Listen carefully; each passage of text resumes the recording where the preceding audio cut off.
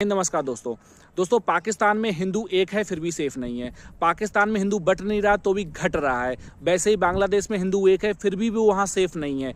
पाकिस्तान की तरह बांग्लादेश में भी हिंदू बट नहीं रहा है फिर भी वो घट रहा है। और हम पाकिस्तान और बांग्लादेश की बात क्यों करें, हम अपने भारत की बात करेंगे। भारत में भी हिंदू घट रहा है। उसका एक प्रमुख कारण है लव जिहाद। वहाँ पर एक रेट लिस्ट बनाई गई है 15 लाख रुपए में, जहाँ पे ब्राह्मण की लड़की हो, वैश्य की हो, छत्री की हो, मारवाड़ी की हो, सिख की हो, जैन की हो, इन लड़कियों को अगर आप फंसाते हो तो आपको 15 लाख रुपए मिलेंगे।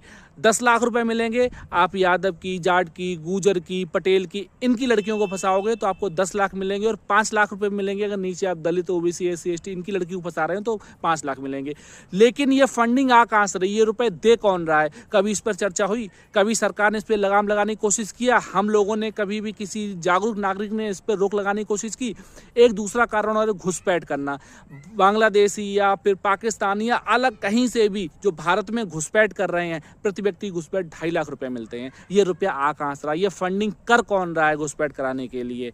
धर्मांतरण के लिए प्रति व्यक्ति 1 लाख रुपया। भाई साहब, अगर घर में 5 मेंबर है तो 5 लाख रुपए। ये रुपए भेज कौन रहा है? ये धर्मांतरण कराने के लिए रुपए दे कौन रहा है? लव जिहाद के लिए रुपए दे कौन रहा है? घुसपैठ करने के लिए रुपए दे कौन रहा है?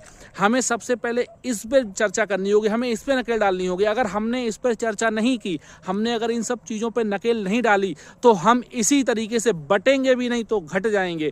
जनसंख्या विस्फोट, हाँ, चौथा मेन इनका फंडिंग हो रही जनसंख्या विस्फोट। अगर आप तीसरे बच्चा पैदा करते हो तो भी आपको लाख रुपए मिल रहे हैं। चौथे बच्चे पे 1.5 लाख रुपए मिल रहे हैं। 5वें पे 2 लाख रुपए मिल रहे हैं। इस तरीके से रेट लिस्ट बनी हुई है। इन्होंने ये जनसंख्या वृद्धि करने, मतलब ये मेन इन्होंने 4: लव जिहाद, धर्मांतरण, घुसपैठ और जनसंख्या विस्फोट। इस करने पर इनको रुपया आता है, फंडिंग आती है।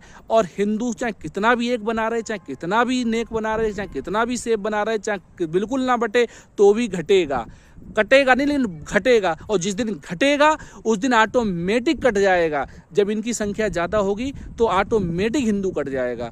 तो मैं कहना चाहता हूँ अपनी सरकारों से, जो भी हमारी सुरक्षा तंत्र है, हमारे रॉ हैं, भाई सबसे पहले आप ये जो फंडिंग हो रही है इसको रोकिए, क्योंकि फंडिंग यहाँ से नहीं हो रही, फंडिंग बाहर से हो रही है।